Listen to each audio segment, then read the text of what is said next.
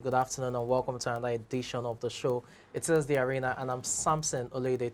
Today's edition promises to be exciting because it is the weekend edition and you can rest assured that we would have lots of sporting activities to preview as well as review in that sense. Okay, let's delve into it as quickly as we can because the show is loaded. We'll start from the business aspect of things, talking about sports business news. And then football, English football giants Chelsea have announced a new partnership with cryptocurrency firm Amber Group that will see digital asset platform Wilfin become the club's new sleeve sponsor from 2022 to 2023 season. Financial terms were not officially disclosed, but the agreement is reportedly worth £20 million annually.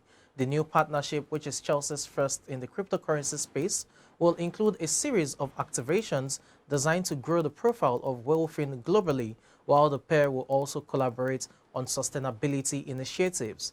Wilfin replaces Hyundai as the Premier League's club's sleeve sponsor.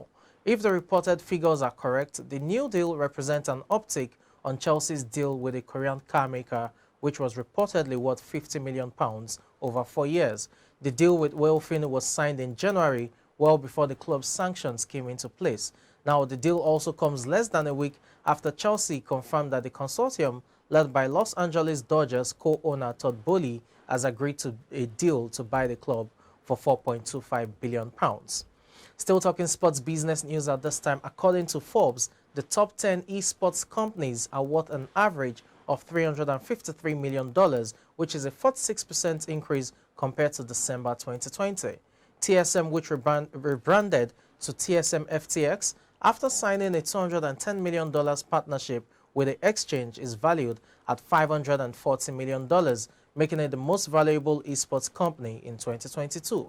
100 Thieves emerged as the second most valuable esports company with a $460 million valuation, driven by $60 million Series C funding round in December 2021.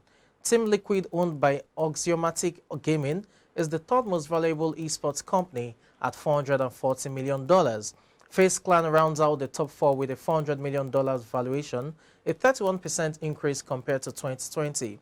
Now, FaZe Clan announced plans in October 2021 to go public through a merger with blank check company B. Riley Principal 150 Merger Corporation, valuing the combined entity at $1 billion. The deal would give FaZe the highest ever valuation for an esports company, surpassing TSM.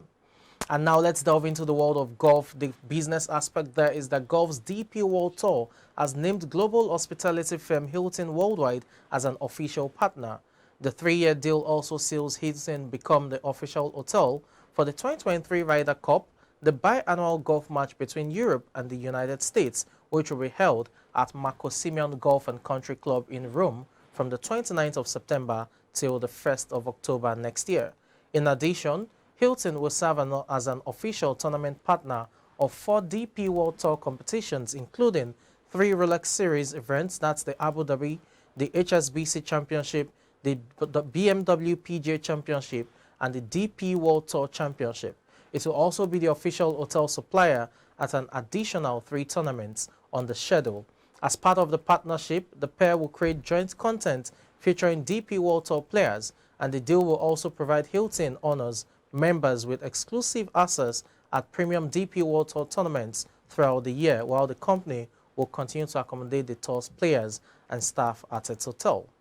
And that's about it when it comes to sports business news at this time. World number 1 there, Iga Swiatek, getting a straight sets victory over Victoria Azarenka. 6-4, 6-1 that ended as she made her way into the quarterfinals of the Italian Open, also known as the Rome Masters. It must be said that for the world number 1, it was not as easy as the scoreline reflected. In the first set alone, that lasted over 1 hour, precisely 1 hour 20 minutes, and there were 7 exchanges of serve in there, talking about break of serves, and it had to make do with Iga Swiatek holding onto a nerve at the very last game of that set, which is the 10th game, to be able to win the opening set. Even in the second set, she dropped serve before going on to reel up 6 straight games to win the match. For Azarenka, it was a very good battle, but that's the end to her road. And the win also extends Iga Swiatek's winning streak to 25 matches. Remember, she won 4 successive titles prior to missing the Madrid Open last week as a result of a sore arm. So the world number 1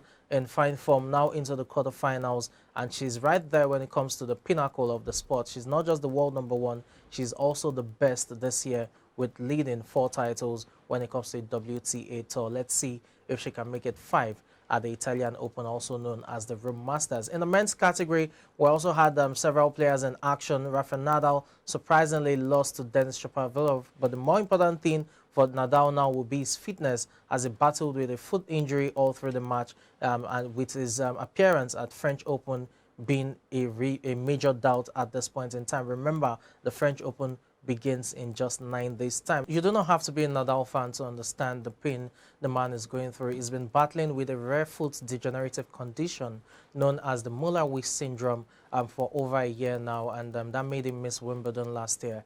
This is now a reoccurrence of that foot injury. We just hope he's fit enough to participate at the Roland Garros, which is the French Open, where he has won a record 13 Grand Slams. It will be a shame if Nadal has to miss that due to injury. Remember, the first Grand Slam of the year, he won that, making it his 21st Grand Slam title.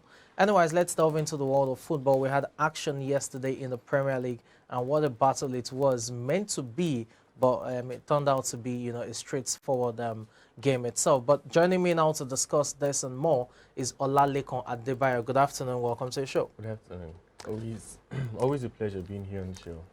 Spurs Arsenal, UEFA Champions League football on the line. We expected it to be more competitive. What happened to Arsenal? Well, I would say a bit of bad refereeing was what happened yesterday, because the first penalty it shouldn't have been a penalty. It's a very weak push, I would say. It's something that the ref is supposed to. You think the nudge could have been just look over that? Yes. But the question will be, sorry to butt in, the question will be, if that happened outside the box, would you have subscribed it should have been given as a free kick? No, not really, because it wasn't forced, it wasn't intentional, and his arms wasn't even out of his, out of his completely. body. Yeah, so it's not really a solid push. You put a penalty for a penalty in that kind of match, and you know the kind of weight that kind of match carries. So it wasn't. But though Arsenal really didn't show that tenacity that you would expect. Yes, I was in the first 30 minutes. They didn't even show it before that match was long gone away from them. So in second half, they did try to improve on it on their this thing, but well, the match has. Rob Holding, I mean, he got sent off within about 29 minutes there. But prior to his sending off, you had the tussle with Son over and over again, about 5-6 instances, and it seemed like Son was just a handful for him. Do you think the red card was well deserved? Yes, I think the red card was well deserved, because he hitting Son on the face. That was even a second yellow card. Yes, that was the second yellow card, and the ball was not even on. The ball was still on. In transition. So he didn't need to do that. He probably was frustrated. He was frustrated with Son, because Son won all the tussles. Yes, obviously he was very frustrated with Son, but he shouldn't have done that, knowing the weight of the match. But looking at it, as much as Spurs have closed the gap to a point, Arsenal still have their destiny in their hands. Yes. They are leading Spurs with a point. They need to win their remaining 2 matches to tie down UEFA Champions League football for next season. But it's bigger, or the task is difficult, because they have to play Newcastle United at St. James's Park, which is definitely a stand test. And finally, they would host Everton at the Emirates, which could be a stand test too, considering Everton are still in the battle for survival. So what do you make of Arsenal's chances of Champions League football as against that of Spurs, where they have to play Burnley as well as Norwich? Norwich is relegated. Well, the ball is really in their courts. It's going to be hard. It's going to be very hard for them. This is where they have to bring in all of their power, all of their focus into these 2 matches, because they just need 3 points. As long as they win, I hope they win. I hope they win, because it's going to be very hard against Newcastle. Because definitely away from home. Away from home, it's going to be very hard against Newcastle. And Tottenham also has Burnley, and Burnley can be very funny sometimes. Can be very, very funny sometimes. Although it's at New White Hart Lane. It's at White Hart Lane, but Burnley can be funny sometimes. But I think Arsenal should win. Okay, talking about another team now, Aston Villa. They've signed permanently Brazilian playmaker Felipe Coutinho on a 4-year deal worth £17 million. And this is probably good news for Coutinho, who wants to, leave behind the nightmare of his Barcelona stint. Joined the club on loan from January with the option to buy on a permanent basis, and Aston Villa have done just that now. 4 goals, 3 assists. Not the kind of return you would expect, but for a player who has struggled over the last few years, it's not a bad signing for Aston Villa. No, it's not a bad signing, because when he came into Aston Villa, he made him better. Yes. You could see that, okay, Coutinho in this team is make them play better in the midfield also. So I think it's a good signing for them, and it's a new start for him also. A new start, considering the kind of spell he had at Barca. At Barcelona. At Barcelona. Okay. This weekend, I mean tomorrow exactly, not just this weekend, Saturday, it's the big one. Liverpool will be trying to get a cup double over Chelsea this season, talking about the FA Cup final. While for Chelsea, they'll be hoping to revenge their Carabao Cup loss, where they lost that thrilling penalty shootout 11-10. Remember, it was goalkeeper Kepa Arrizabalaga who blazed this shot over the bar to give Liverpool the title. But for Liverpool, their quadruple beat continues, and tomorrow's final will be another stern test. I'm sure you must be aware by now that the Premier League have released a list of players, talking about the PFA Player of the Year award. And as you can expect, Mohamed Salah of Liverpool, as well as Kevin De Bruyne of Manchester City, headlined the list. You also have Trent Alexander-Arnold from Liverpool, while you have João Cancelo from Manchester City. You have Southampton's captain James Ward-Prowse in the mix as well, not forgetting Tottenham Hotspur striker Heung-min Son as well in the mix. And finally, the surprise package is West Ham United's